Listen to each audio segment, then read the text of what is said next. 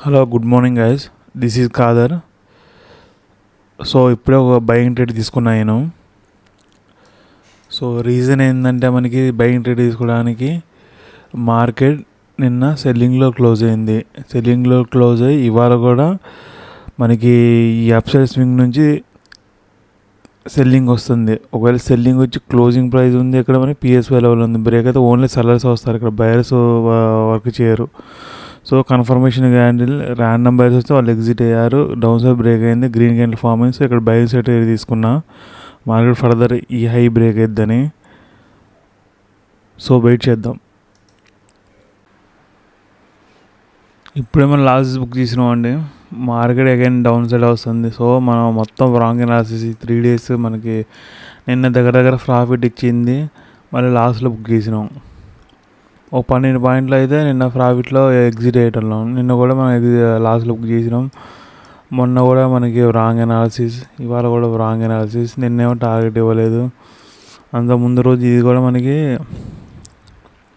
Entry wrong, ఇక్కడ కూడా loss పడింది ఎంట్రీ రాంగ్ వల్ల. సో వరుస పెట్టి 4 రోజులు లాస్లో అయింది. ఇక్కడ కొంచెం ఉంది, ఇక్కడ కూడా. కానీ సెల్లింగ్ బయింగ్ ఆలోచనలో ఉంటున్నా నేను. ఈ సెల్లింగ్ వచ్చింది కాబట్టి అట్లీస్ట్ ఇక్కడ కూడా ఏమో ఉంది, కొంచెం కొద్ద గొప్ప ఉంది. సెల్లింగ్ వచ్చిద్దిలే కానీ ఏమో పొజిషనల్ కాబట్టి ర్యాండమ్ బయర్స్ వస్తారో వాళ్ళు అసలు హిట్ అయితే అనుకున్నాలే కానీ ఇది కంటిన్యూ విత్ మార్కెట్ ఇవాళ. సో వరుస పెట్టి 4 రోజులు మనకి లాస్లోనే బుక్ చేసిన మార్కెట్, ఇవాళ కూడా లాసే.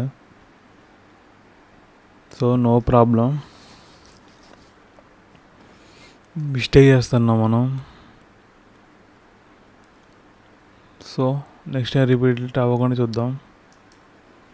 See you guys. ఏమైనా మిస్టేక్స్ ఉంటే కమెంట్ చేయండి. అలానే జస్ట్ ఈ వీడియోస్ని లెర్నింగ్ పర్పస్ అప్లోడ్ చేస్తాను యూట్యూబ్లో. మీకు ఏమైనా నచ్చితే ఒక లైక్ ఇచ్చి సబ్స్క్రైబ్ చేసుకోండి.